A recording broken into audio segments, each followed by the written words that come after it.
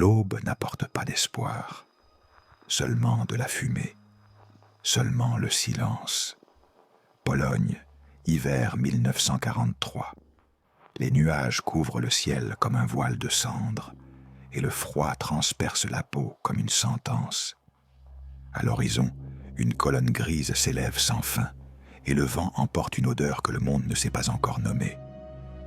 Entre les barbelés, les briques noircies et les cris étouffés, se dresse un lieu qui n'appartient ni au ciel, ni à la terre.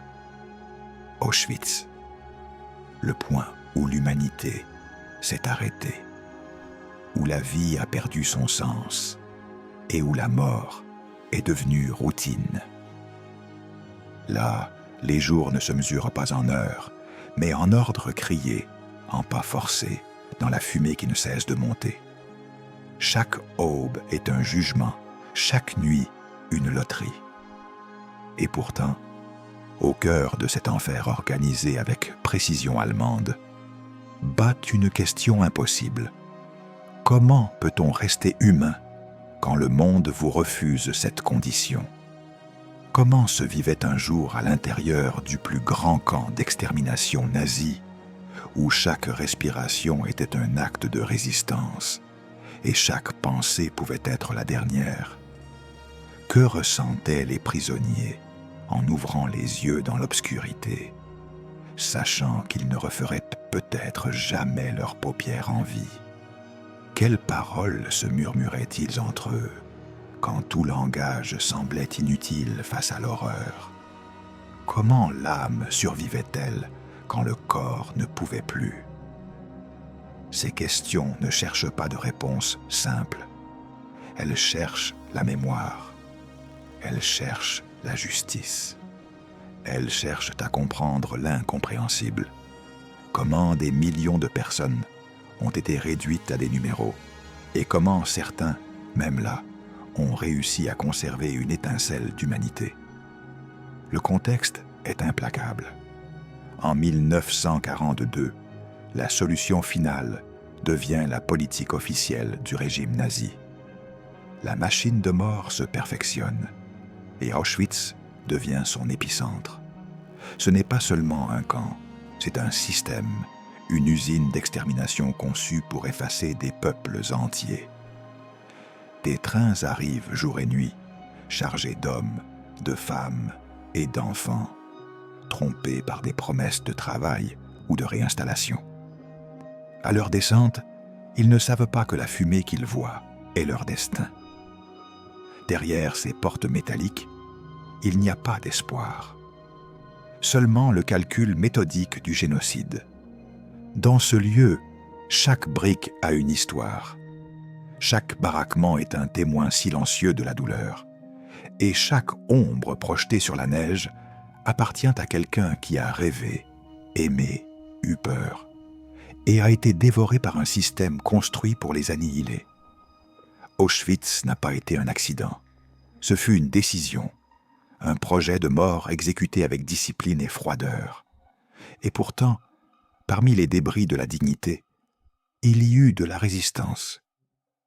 Des regards qui ne se sont pas rendus, de petits gestes d'amour, des mains qui partageaient le dernier morceau de pain. Cette histoire ne cherche pas le sensationnel, elle cherche la vérité, parce que ce souvenir d'Auschwitz n'est pas regarder en arrière. C'est affronter ce dont l'être humain a été capable et ce qui ne doit jamais se répéter. La neige ne couvre plus l'odeur de la fumée, mais ses échos restent vivants. Auschwitz n'est pas seulement un lieu en Pologne, c'est une blessure ouverte dans la conscience du monde. Un rappel éternel de ce qui arrive lorsque l'indifférence devient loi. Ce n'est pas une histoire du passé, mais un voyage dans la mémoire. Auschwitz n'est pas seulement un lieu, c'est une blessure ouverte dans l'histoire qui respire encore entre ruines et noms presque effacés. Chaque mur, chaque objet conserve l'écho de millions de voix que le silence a tenté de faire taire. Ce souvenir ne signifie pas regarder en arrière, mais garder vivante la conscience de ce qui a été pour que cela ne se reproduise jamais. Aujourd'hui, face au poids du silence, nous choisissons d'écouter. Année 1941. L'Allemagne domine l'Europe. Des millions de personnes sont déportées depuis tous les coins du continent vers un destin inconnu. Les voies ferrées se transforment en artères de la tragédie. Des trains qui arrivent comme des machines implacables, transportant des corps épuisés, des familles séparées, des visages qui ne regardent plus l'avenir, mais le vide où se trouvent les gares. Dans cette immensité logistique, portes qui s'ouvrent, wagons qui se déchargent, noms qui se perdent, commence à se dessiner quelque chose de beaucoup plus vaste qu'un simple camp. Un système conçu pour organiser l'anéantissement, pour transformer la vie en un transit permanent vers le néant.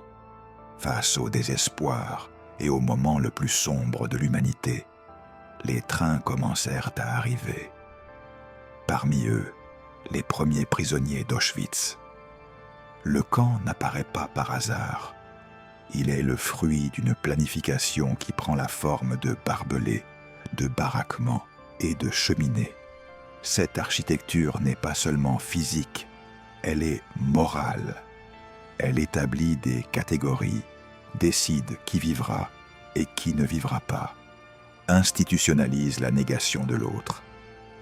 Arriver signifie faire face à un dispositif qui annule les noms et transforme les personnes en numéros, en pièces d'un engrenage qui tourne sans pitié ni pause, et la modernité technique devient complice de la barbarie. L'arrivée au camp est un moment de désorientation extrême. Les wagons s'ouvrent et en sortent des corps désordonnés par le temps et la faim. L'air sent le fer et la fumée lointaine, les commandements, les voix, les lumières et les chiens forment un paysage qui n'appartient pas au monde humain connu. Le désarroi devient un langage collectif. Où allons-nous? Que disent ces gardes? Pourquoi nous séparent-ils de nos enfants? Les fils se forment sous l'impulsion automatique de l'obéissance. Mais à chaque pas, bat une question qui n'aura jamais de réponse facile dans cet enclos de misère technique. Puis vient la sélection, ce moment décisif qui coupe la continuité d'une vie en deux chemins irréconciliables.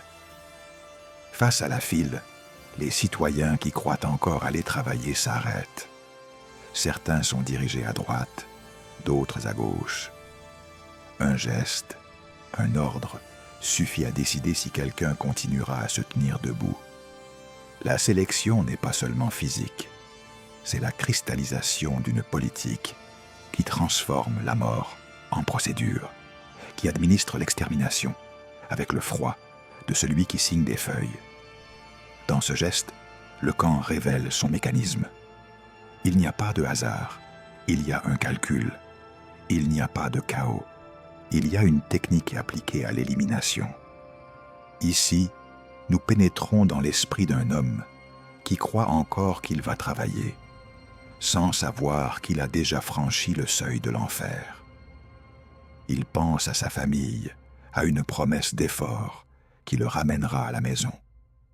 Il imagine les mains qui caresseront à nouveau la table familiale. Ses pas suivent l'inertie de la routine. Mais à chaque seconde, le monde autour de lui montre des signes qu'il ne comprend pas. Le silence, le regard dur des gardiens, l'odeur qui monte des cheminées. Cette dissonance interne produit de la confusion, une tentative enfantine d'ordonner l'incompréhensible, croire que c'est temporaire, que demain tout redeviendra normal. Pendant qu'il marche, sa pensée alterne l'incrédulité avec un calcul minimal de survie. Comment se déplacer entre les fils? Comment ne pas attirer l'attention? Comment suivre les ordres sans trébucher? Chaque fibre de son corps est en alerte. L'esprit, cependant, essaie de maintenir une routine mentale qui le garde sain. Se souvenir des noms, des dates, des paroles d'une chanson, toute encre qui le rattache à l'humanité. Cette résistance intime, minimale et précaire est la graine de ce que certains appelleront la survie. De petits actes de mémoire et de compassion qui persistent même lorsque l'environnement tente de les anéantir. De l'autre côté du barbelé, le camp fonctionne comme un système. Registres, listes, fils, baraquements, tours. C'est une machinerie impersonnelle qui nécessite des opérateurs, gardes, administratifs, techniciens, et qui, cependant, dépend également de l'indifférence de ceux qui détournent le regard. La logique du camp efface l'individualité et fait de la mort un flux à gérer. Pour le nouvel arrivant, comprendre cela est tardif et brutal. La routine le piège avant qu'il ne puisse réagir. Et la structure de la terreur l'a déjà reconnu et classé. Raconter ces faits n'est pas seulement énumérer des étapes, c'est entrer dans la texture même de l'horreur. Le froid qui pénètre, la solitude absolue au milieu des foules, l'incompréhension qui devient résignation ou rébellion silencieuse.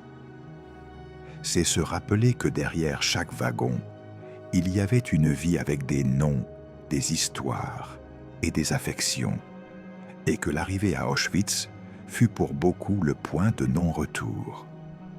Comprendre le système de l'horreur, c'est donc accepter sa planification et sa volonté de nier l'autre, et aussi reconnaître le courage quotidien de ceux qui, malgré tout, ont tenté de conserver des fragments d'humanité parmi les ruines de l'âme. Le coup du rappel déchire l'aube comme une sentence. Ce n'est pas seulement le son qui réveille des corps qui ne reposent plus, c'est le signal qui remet en marche la machine de la survie. En ouvrant les yeux, le prisonnier se retrouve face à la même géographie d'étonnement et de peur. Boue gelée ou poussière, baraquements alignés comme des cercueils mécaniques, et la hâte déjà incorporée dans les muscles engourdis. Cette première minute après le rappel est un inventaire intime et urgent. Vêtements, restes de couverture, le numéro tatoué qui remplace un nom, et en même temps une décision pratique, se déplacer sans trébucher, cacher une toux, feindre de l'énergie là où il ne reste que de l'épuisement. Chaque aube était une victoire, car être éveillé et pouvoir se lever signifiait reporter, quelques heures de plus, l'autre compte fatal que la vie du camp imposait. Les comptages interminables sont des exercices d'humiliation et de contrôle qui fragmentent la journée en sessions d'attente. Fils qui ne finissent pas, têtes inclinées, corps qui s'additionnent et se soustraient sous la voix de l'officier qui ne regarde pas. Le comptage organise la journée et rappelle la condition de prisonnier. Être un numéro qui doit correspondre à une statistique. Être une présence qui peut être superflue. À ces instants, la résistance corporelle et la patience mentale sont mesurées. La mémoire se fixe sur des détails insignifiants. Un bouton manquant, la voix du voisin qui ne répond pas, qui peuvent devenir des signaux terribles. La routine du comptage transforme le temps en une agonie mesurée. Des heures qui se plient dans l'attente, dans le froid, dans le désir constant que la liste confirme ce qui bat encore, que l'on fait toujours partie du compte pour l'instant. Sortir au travail forcé, c'est entrer dans un monde où l'activité humaine devient un outil d'épuisement. Sous des températures impossibles, gel qui traverse les vêtements en hiver, soleil qui frappe en été. On exécute des tâches qui épuisent non seulement le corps, mais érodent la confiance en tout but. Creuser là où l'on ordonne de creuser, lever des charges sans sens, nettoyer ce que la logique du camp a rendu absurde. La fatigue s'accumule dans des articulations qui n'obéissent plus complètement. La respiration devient un métronome irrégulier. Les pensées conspirent pour rappeler pourquoi il faut continuer. La famille qui attend peut-être, et le mince espoir que la journée se termine sans punition. L'action physique et la réflexion interne se mélangent. Chaque pas est travail, et chaque pas est aussi une question sur comment continuer à être humain, tout en exécutant des ordres qui affaiblissent la volonté. Le paysage sonore et olfactif du camp accompagne la routine avec une insistance ominieuse. Le bruit des bottes, le fracas des charges, les appels qui coupent la voix entre les blocs, et dans l'air, une odeur mêlant humidité, froid et fumée lointaine. À Auschwitz, il n'y avait pas d'oiseaux, se souviendra Primo Levi. L'observation n'est pas littéraire, c'est un témoignage sensoriel que même la nature semblait se détourner de ce lieu. Ce silence de la vie animale accentue l'artificialité de l'horreur. L'absence de chants et de vols transforme le camp en un décor suspendu, où même l'environnement prend ses distances par rapport à la vie humaine qui s'y consume. Le témoignage de ceux qui ont vécu cela apporte véracité et surtout une image impossible à oublier. La nature, qui ignore généralement la méchanceté humaine, semblait ici reconnaître un territoire qui ne lui appartenait pas.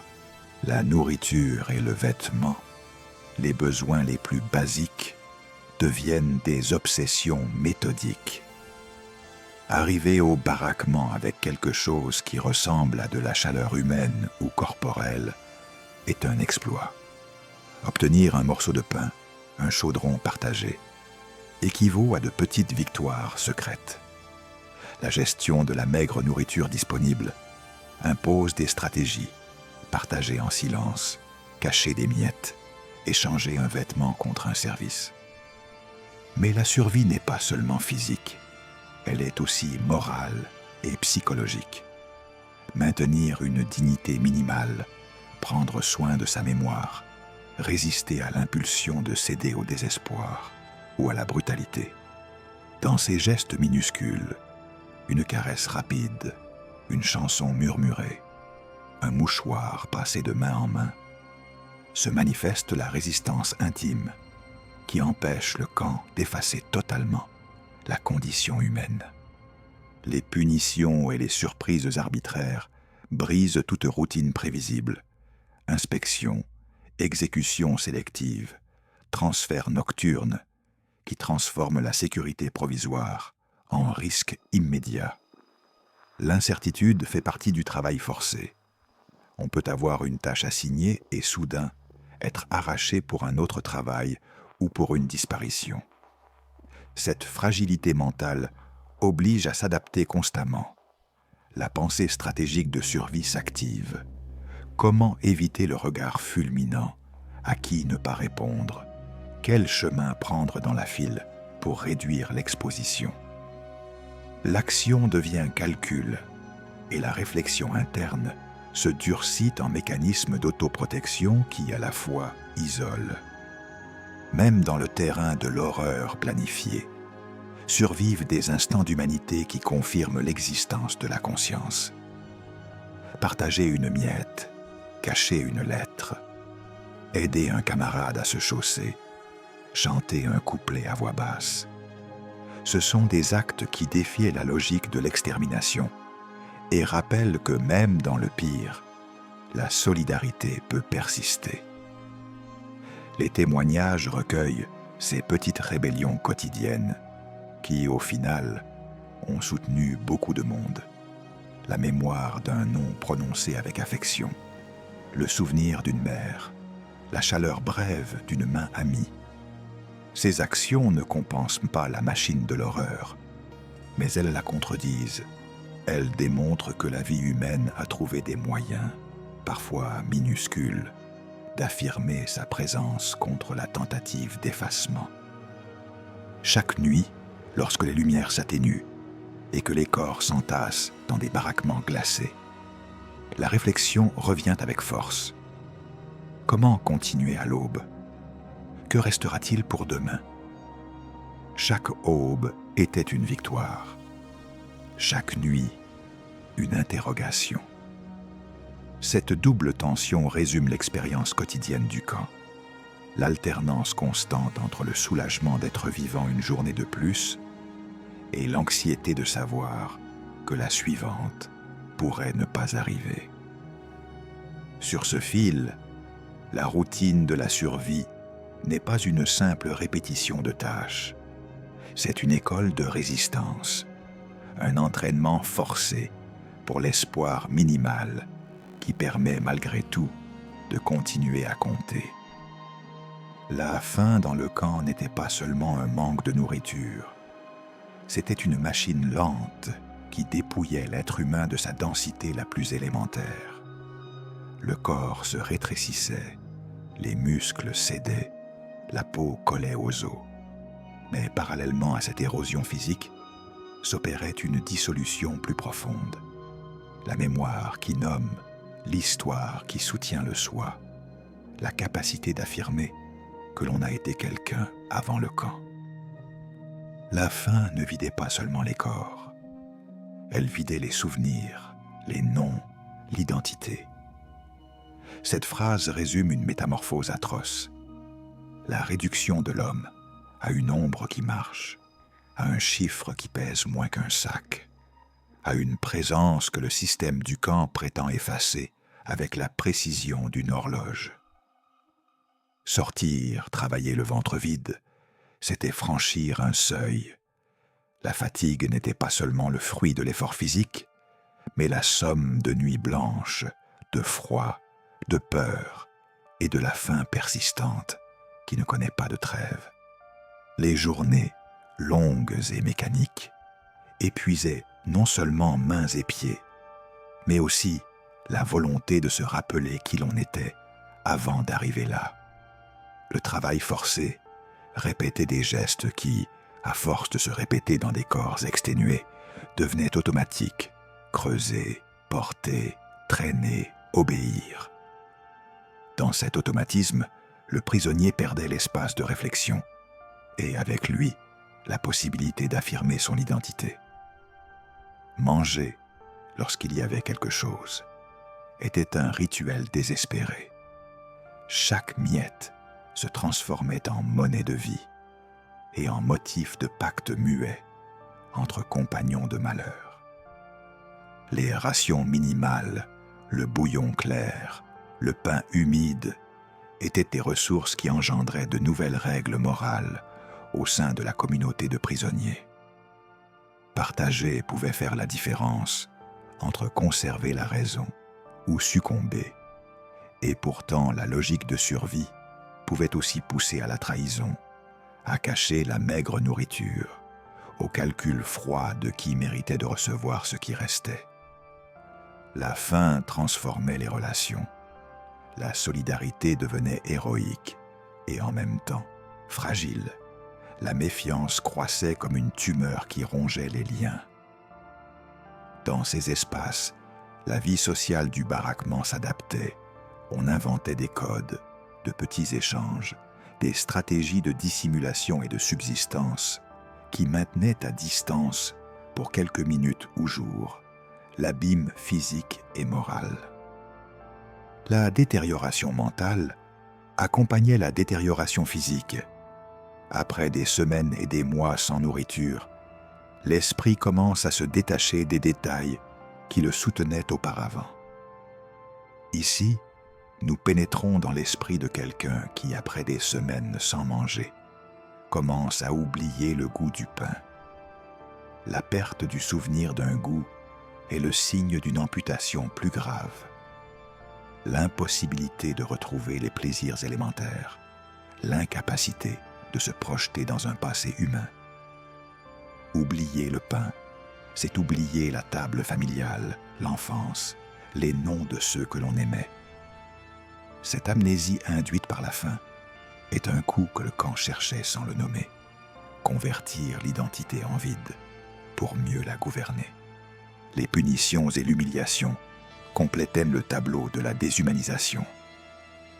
Un tirage d'oreilles, une raclée, l'exposition devant les autres, l'ordre absurde répété jusqu'à l'effondrement. Tout cela usait l'intégrité psychique. Le corps maigre supportait les coups, mais la trace était interne. Honte, peur, sensation que la dignité partait à chaque gifle. Les témoignages de survivants enregistrent ce processus avec des mots sobres qui décrivent l'accumulation de petites violences qui, mises bout à bout, anéantissent la résistance. Il n'y a pas un instant unique de rupture, mais une progression qui, jour après jour, conduit à l'anonymat moral. Les prisonniers développaient des ressources insoupçonnées pour résister. La mémoire partagée d'une chanson, la dissimulation d'un mot écrit au crayon, le geste d'offrir une gorgée d'eau. Ces petites rébellions, un câlin volé, une parole d'encouragement, la récitation d'un vers appris par cœur, fonctionnaient comme des baumes qui empêchaient la perte totale. Ce que la faim cherchait à effacer, l'humanité tentait de le soutenir par de minuscules actes.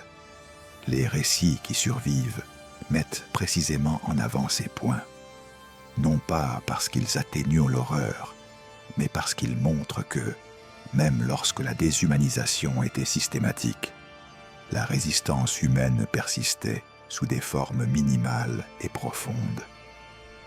Les témoignages, crus et directs, ne cherchent pas à émouvoir par des artifices. Ils parlent depuis l'évidence de ceux qui ont vécu la réduction à l'ombre. Des mots qui décrivent la sensation de naufrage, la perte de nom, la lenteur avec laquelle l'esprit renonce à des détails qui étaient auparavant des trésors. Répéter leur voix est indispensable pour comprendre l'ampleur du crime. Non seulement la mort physique, mais la tentative d'effacer l'histoire individuelle et collective. Raconter comment la faim dépouilla d'identité est donc un acte de justice. Nommer ce qui a été tenté d'effacer, rendre aux victimes leur nom et leur statut de sujet pensant, sentant et mémorisé. Dans l'axe final de cette réflexion, la leçon est nette et perçante. La faim fut, à Auschwitz, une arme systématique d'annulation. Le prisonnier qui survit ne triomphe pas seulement de l'inanition du corps, mais aussi de la prétention à le rendre méconnaissable. Survivre fut donc maintenir la mémoire, le nom et l'espoir minimal que le monde pourrait un jour écouter et reconnaître ce qui s'était passé. Ceux qui ont réussi à maintenir, même dans les jours les plus sombres, la capacité de se souvenir et de raconter, nous ont légué l'urgence morale de ne pas s'oublier. Le processus de sélection à Auschwitz était une machine de terreur, opérant avec précision chirurgicale et cruauté froide. Une scène où la vie et la mort dépendaient d'un geste minimal.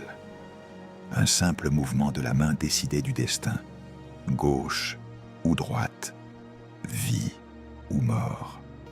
Cette phrase résume la brutalité quotidienne à laquelle faisaient face les nouveaux arrivants, où le temps semblait s'arrêter et l'espoir se diluer à chaque pas vers le camp. Chaque prisonnier était examiné non seulement pour son apparence physique, mais selon la froide logique de l'efficacité nazie, qui déterminait qui serait capable de travailler et qui serait envoyé directement à la mort. La sélection n'était pas seulement un acte administratif, c'était un rituel macabre qui imposait l'autorité du bourreau sur le destin humain. Le silence dans les rangs était absolu, lourd, presque tangible. Le silence pesait plus que les cris. Personne ne posait de questions. personne ne bougeait. Les prisonniers, conscients du pouvoir létal d'un seul geste de l'autorité, restaient rigides, paralysés par la peur, l'incertitude et le désespoir. Chaque regard en avant, chaque pas effectué était imprégné de terreur. Une terreur qui ne se concentrait pas seulement sur la possibilité immédiate de mourir, mais sur la certitude de la perte irrévocable des êtres chers.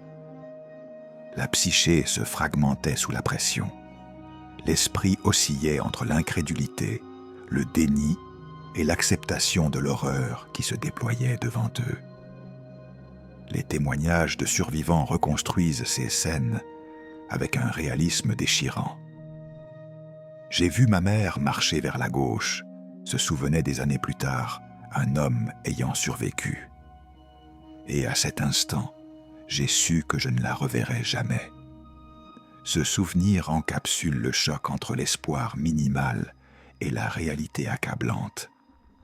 La certitude que la mort avait emporté pour toujours ce qu'ils aimaient. Pour les prisonniers, chaque famille, chaque ami, chaque compagnon représentait une pièce de hasard face à l'arbitraire brutal du système. La sélection transformait les corps en numéros et les noms en échos, effaçant l'individualité et ne laissant que la présence physique de ceux qui pouvaient être exploités comme force de travail. Le processus imposait également une tension psychologique indescriptible sur ceux qui devaient choisir, comme les officiers nazis et les médecins dirigeant les sélections. Chaque décision était un acte de pouvoir absolu. Un seul mouvement de la main déterminait qui serait jeté à la mort immédiate et qui serait destiné au travail forcé. L'humanité de l'exécutant se dissolvait devant l'efficacité du système, et la routine de décider de la vie ou de la mort se normalisait dans un environnement où l'horreur était quotidienne. Pour les survivants, chaque geste de ce personnel était indélébile, une marque qui perdurerait comme témoignage de la brutalité systématique du camp. Alors que les corps se séparaient et que les groupes se formaient, la peur opérait à plusieurs niveaux. Il y avait la peur de la mort immédiate, la peur de perdre les êtres chers et la peur existentielle qui s'infiltrait dans l'esprit de chaque prisonnier. La certitude que son identité pouvait disparaître en un instant. Personne ne posait de questions. Personne ne bougeait. Ce silence collectif reflétait l'impossibilité d'agir. Toute tentative de résistance, toute protestation pouvait coûter la vie. La sélection était donc non seulement un jugement physique, mais un acte de domination psychologique. Un rappel que chaque individu était entièrement à la merci d'un système qui ne reconnaissait pas la dignité humaine. Le processus de sélection accélérait aussi la déshumanisation des prisonniers.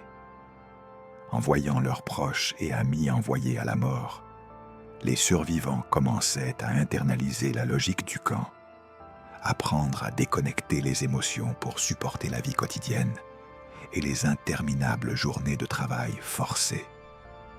Chaque regard, chaque geste, chaque pas dans la file rappelait la fragilité de la vie et le pouvoir absolu de ceux qui contrôlaient le camp. La mémoire de ces moments est restée intacte chez ceux qui ont survécu, servant de preuve et de témoignage de la systématicité du génocide. Enfin, les sélections n'ont pas seulement déterminé qui vivrait ou mourrait, elles ont aussi instauré un schéma de peur qui a façonné l'existence des prisonniers pendant tout leur séjour dans le camp.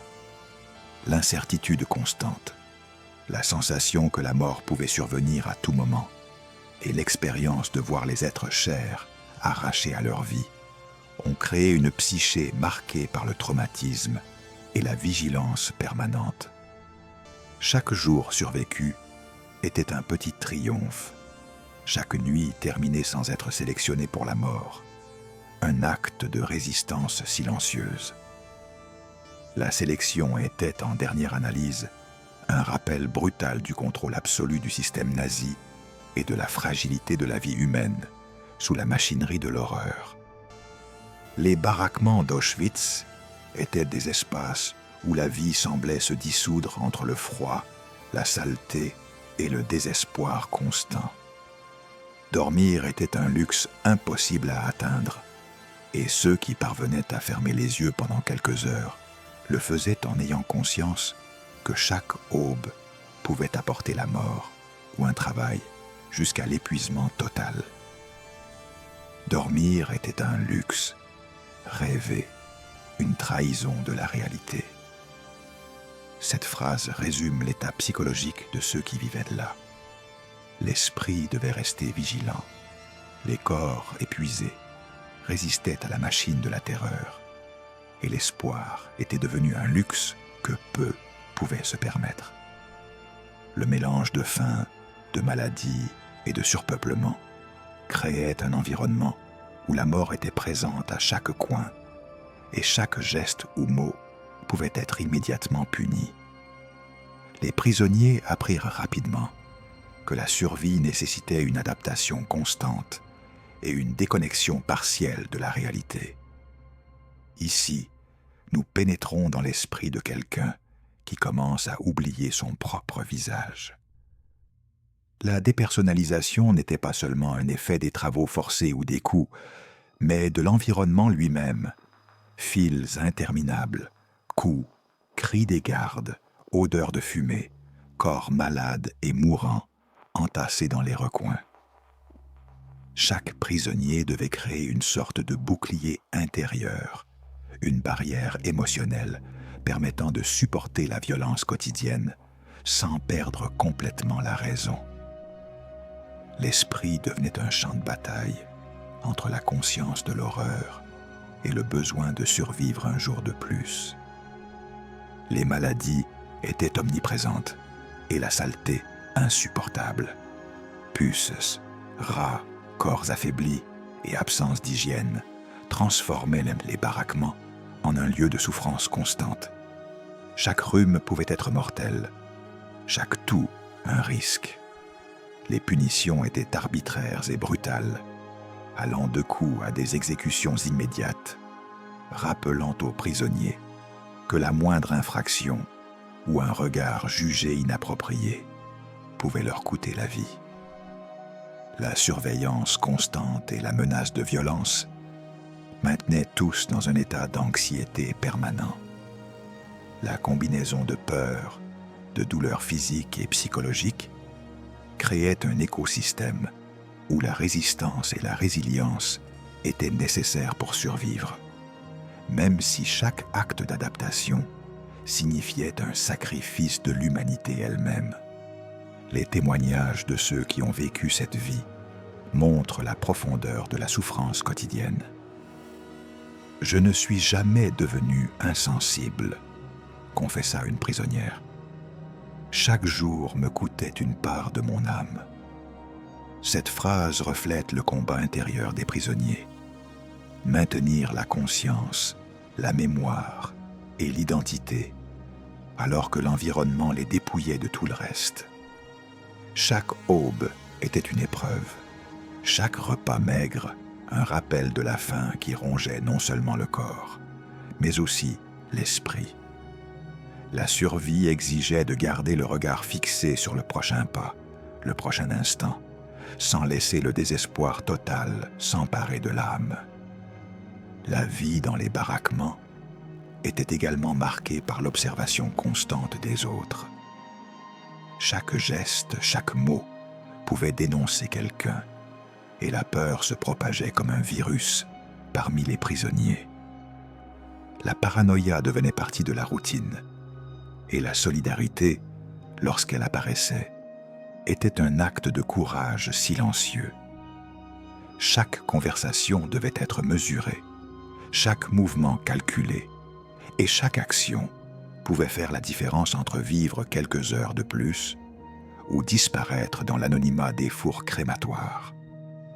L'esprit humain était mis à l'épreuve jusqu'à la limite, confronté à la contradiction entre le besoin de survivre et l'horreur des circonstances. De plus, la dépersonnalisation s'étendait au corps lui-même. Les prisonniers se percevaient comme des numéros, des corps devant accomplir des tâches sans questionner, sans se plaindre, sans se rappeler leur identité. La mémoire de soi se brouillait sous la routine inhumaine des travaux forcés, des marches épuisantes, de la faim et du froid extrême. Chaque miroir, chaque reflet semblait montrer un étranger inconnu, un corps survivant, mais avec l'esprit déchiré, un être humain réduit à sa capacité de résister un jour de plus. L'horreur était autant physique que mentale, et la survie exigeait un équilibre impossible entre résistance et résignation. La présence constante de la peur transformait même les interactions les plus simples. Les regards qui étaient autrefois fraternels devenaient suspects. Les gestes d'affection se transformaient en risques. Chaque décision était évaluée non seulement pour sa valeur pratique, mais pour sa capacité à protéger la vie elle-même.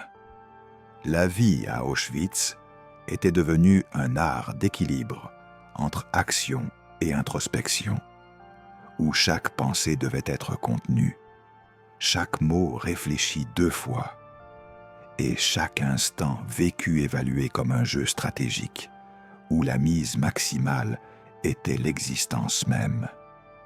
Enfin, la vie dans l'enfer d'Auschwitz révélait la capacité brutale de l'être humain à s'adapter et à survivre dans des conditions extrêmes, mais à un coût dépassant le corps. L'âme se déchirait lentement, et l'identité, la mémoire et la dignité étaient mises à l'épreuve chaque jour.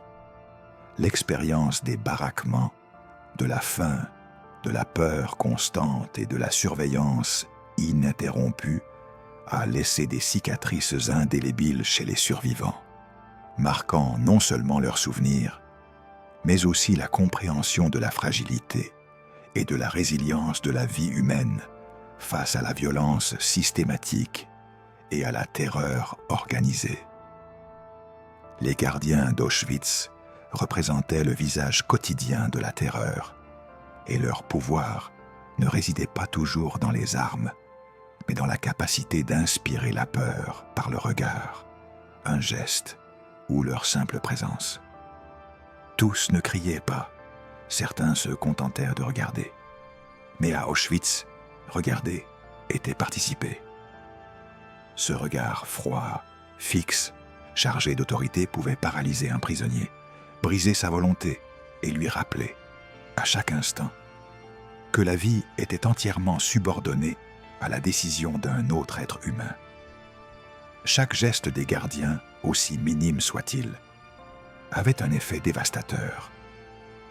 Depuis le choix arbitraire de qui travaillait et qui restait en arrière, jusqu'à l'intimidation silencieuse qui obligeait les corps à obéir et les esprits à accepter l'inévitable. La violence n'était pas toujours explicite, mais elle était incrustée dans la routine quotidienne, dans la surveillance constante, dans la possibilité d'une punition immédiate. Le pouvoir des gardiens était profondément lié à la structure du système nazi, qui non seulement déshumanisait les victimes, mais transformait également les auteurs. Ici, nous pénétrons dans l'esprit du bourreau, qui apprend à voir les personnes comme des numéros. La formation, l'idéologie et la routine du camp transformaient les gardiens en instruments efficaces d'un mécanisme d'extermination, réduisant les personnes à des statistiques, à de simples corps à gérer, à des tâches à accomplir. La déshumanisation était double, tandis que les prisonniers perdaient leur identité. Les gardiens perdaient la capacité de voir l'autre comme un être humain, remplaçant l'empathie par l'obéissance et la morale par l'efficacité. Chaque décision, chaque exécution de routine était un acte administratif déguisé en autorité qui renforçait leur rôle dans la chaîne de l'horreur. Les témoignages recueillis lors de procès ultérieurs révèlent le froid et la rationalisation avec lesquels beaucoup de ces hommes agissaient. Certains ont défendu leurs actions en affirmant qu'ils ne faisaient qu'obéir aux ordres, qu'ils suivaient un système supérieur ou qu'ils respectaient des protocoles enseignés comme corrects. Cette froideur bureaucratique montre comment un environnement systématique et autoritaire peut modeler la psychologie humaine jusqu'à normaliser l'inhumain. Le regard qui auparavant pouvait transmettre curiosité ou affection se transformait en un outil de contrôle et de soumission. L'acte de regarder, d'enregistrer, de suivre des instructions devenait une complicité silencieuse avec la mort organisée. Dans la routine des gardiens, chaque jour était une répétition de petits actes qui renforçaient leur position de pouvoir et maintenaient les prisonniers dans une anxiété constante. Le mélange d'autorité, de peur et d'obéissance aveugle créait un écosystème où le bourreau pouvait exécuter son travail sans questionner ses conséquences morales. La violence était intériorisée et la normalisation de l'horreur devenait partie de la vie quotidienne. Les coups, les punitions arbitraires, les regards accusateurs et les sélections pour la mort faisaient partie d'un code silencieux qui dictait la survie des deux parties, bourreau et victime. En pénétrant dans l'esprit des gardiens, on observe un processus d'adaptation psychologique extrême. Pour survivre dans le système et maintenir leur position, ils devaient accepter, rationaliser et même automatiser la violence. Les émotions humaines comme la compassion ou la culpabilité étaient considérées comme des faiblesses et l'indifférence devenait une compétence essentielle. L'obéissance absolue et l'intériorisation du pouvoir hiérarchique permettaient au fonctionnement du camp d'être mécanique, presque efficace, tandis que la destruction humaine devenait une routine et la mort une ressource à gérer comme toute autre tâche administrative. La combinaison de peur, d'autorité et de déshumanisation créait un cercle où les prisonniers vivaient sous menace constante, et les gardiens, bien que puissants, étaient eux aussi piégés dans un rôle qui les transformait. Chaque regard, chaque ordre et chaque geste faisait partie d'un engrenage assurant le contrôle absolu du camp. La violence se normalisait, la conscience s'assoupissait, et la brutalité devenait quotidienne. Les prisonniers comprenaient que même l'absence de cri ou l'immobilité d'un gardien pouvait signifier la condamnation. La passivité était aussi une forme de menace. Enfin, les gardiens d'Auschwitz étaient à la fois produits et promoteurs du système, façonnés par l'idéologie, les ordres et la routine. Leur pouvoir s'exerçait à travers la peur, et leur humanité s'érodait progressivement à chaque acte d'obéissance. L'histoire de ces hommes démontre comment les structures totalitaires peuvent corrompre la psychologie, transformant des individus ordinaires en instruments de terreur systématique.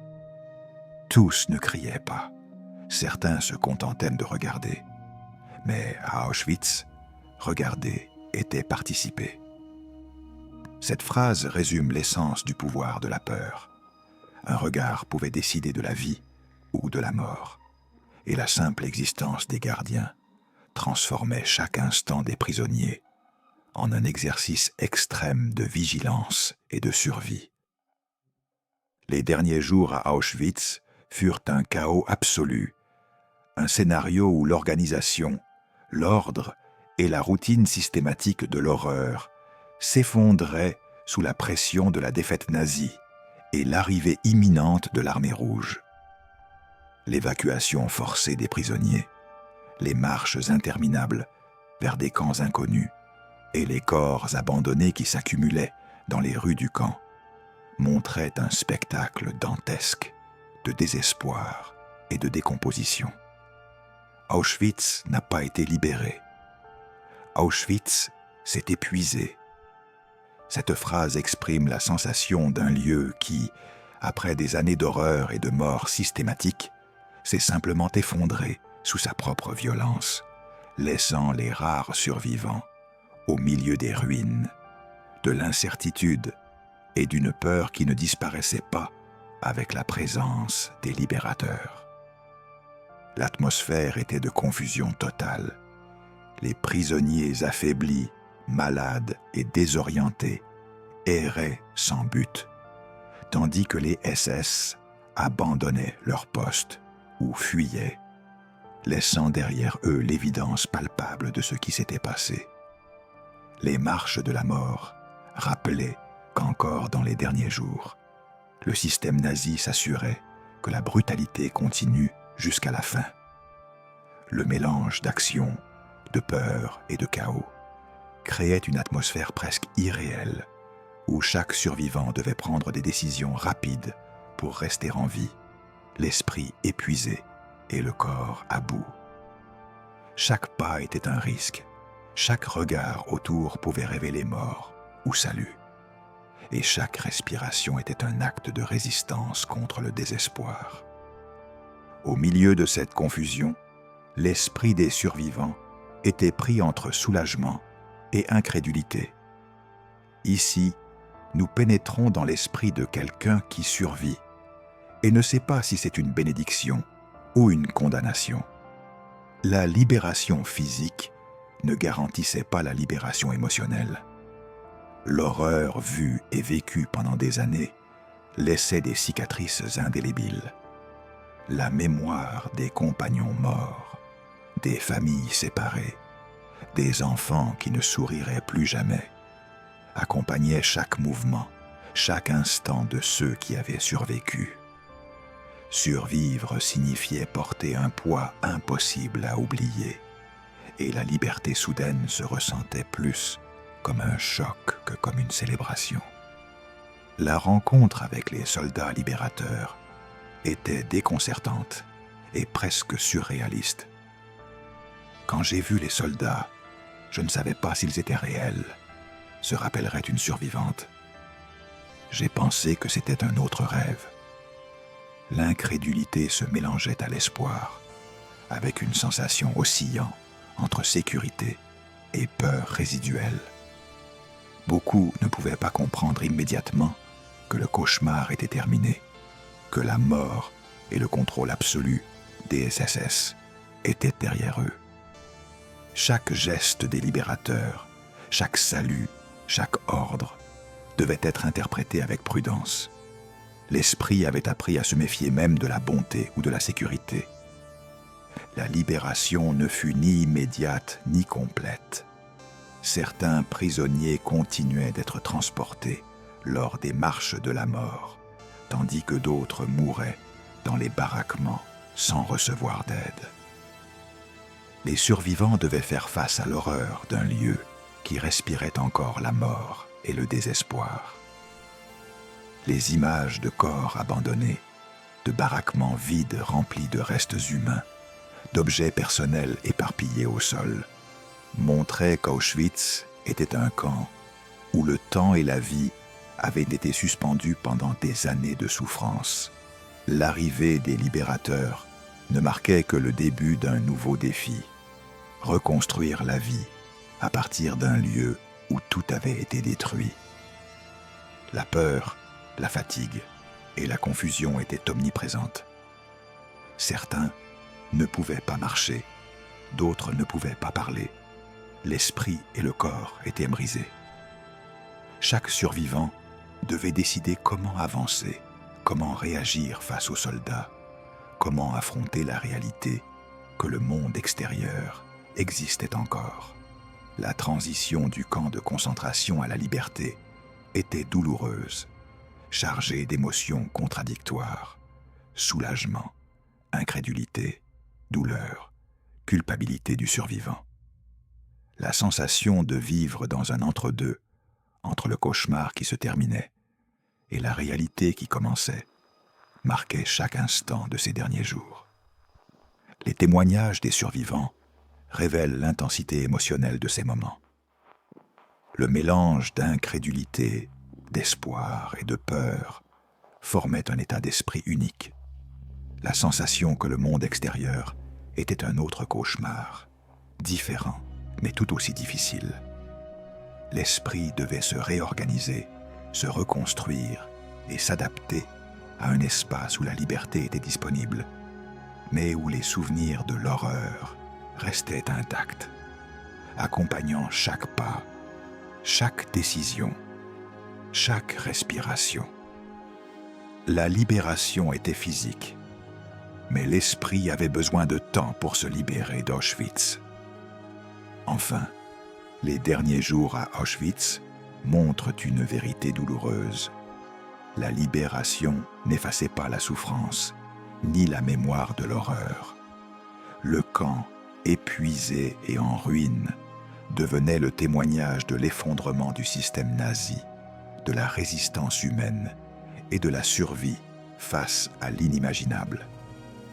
Chaque pas vers la liberté était chargé d'émotion, de peur et de réflexion. Quand j'ai vu les soldats, je ne savais pas s'ils étaient réels. J'ai pensé que c'était un autre rêve.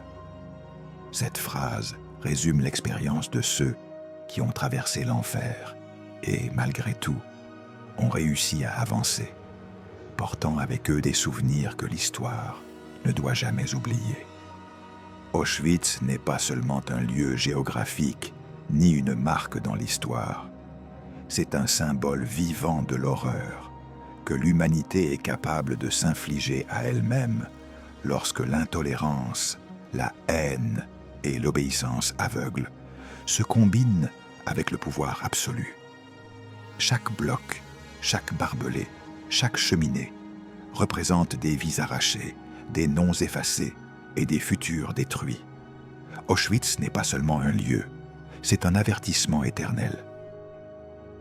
Cet avertissement ne se limite pas à un temps ou à un espace précis. Il nous rappelle que l'indifférence et la complicité face au mal peuvent permettre à l'inimaginable de devenir réalité. Chaque histoire née de cet enfer, chaque témoignage de survivants et de disparus, porte avec elle la nécessité de comprendre que l'humanité doit rester vigilante, que le souvenir est la barrière la plus puissante contre la répétition de l'horreur.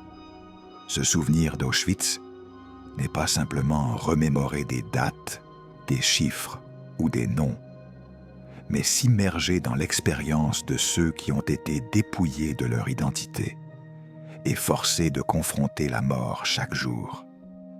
C'est reconnaître l'ampleur de la destruction et de la douleur qu'une idéologie fanatique et un système organisé d'extermination ont pu causer. Ce souvenir n'est pas regarder en arrière, c'est empêcher que l'horreur ne reprenne un nom. Chaque mémoire préservée, chaque récit entendu, agit comme un mur invisible qui protège les générations futures de la même violence systématique et impitoyable. L'histoire d'Auschwitz nous enseigne que la vigilance morale, l'éducation et la conscience historique sont les seules armes contre la répétition d'une telle barbarie. La leçon d'Auschwitz est également profondément humaine. Il ne s'agit pas uniquement de statistiques ou de faits froids.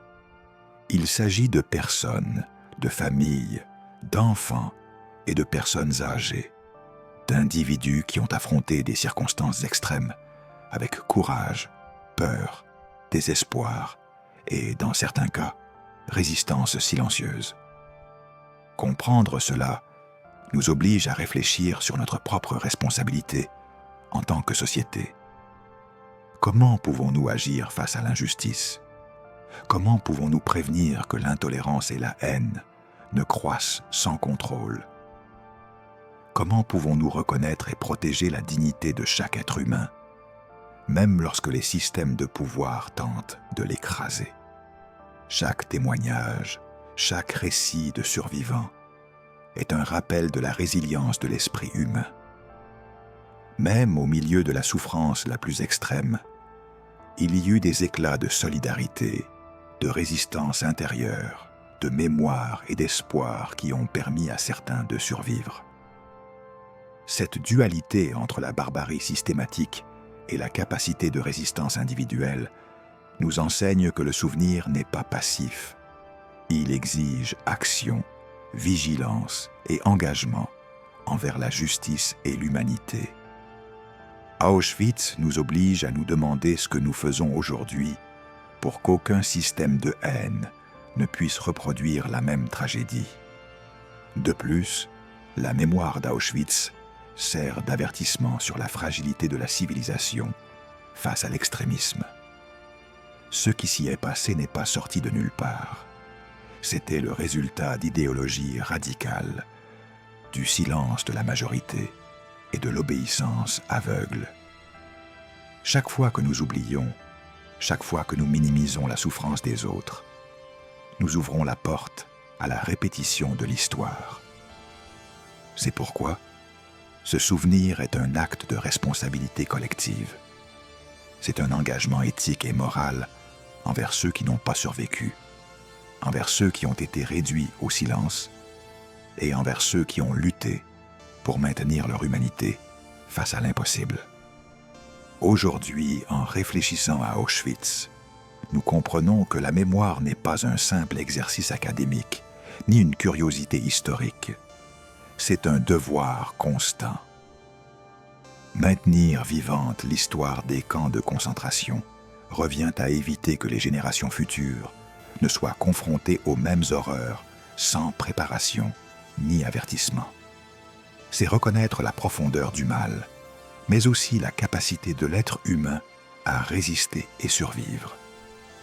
Se souvenir d'Auschwitz, c'est honorer ceux qui ont été victimes, reconnaître le courage des survivants et s'engager à éduquer, dénoncer et agir face à tout signe de haine ou d'injustice. Enfin, la clôture de cette réflexion est aussi un appel à l'action pour ceux qui nous accompagnent dans ce voyage, à travers la mémoire historique. La responsabilité de se souvenir ne se termine pas avec cette vidéo. Elle continue dans chaque discussion, dans chaque enseignement et dans chaque geste qui contribue à maintenir vivante la mémoire de ceux qui ont souffert. Et n'oubliez pas de vous abonner à la chaîne, de laisser un like et de commenter si la vidéo vous a plu. Votre soutien nous aide à continuer à partager plus d'histoires qui méritent d'être rappelées. Chaque clic, chaque commentaire et chaque abonnement sont des actes de mémoire active, un engagement envers l'humanité et envers l'obligation éthique de ne jamais permettre à Auschwitz de se reproduire.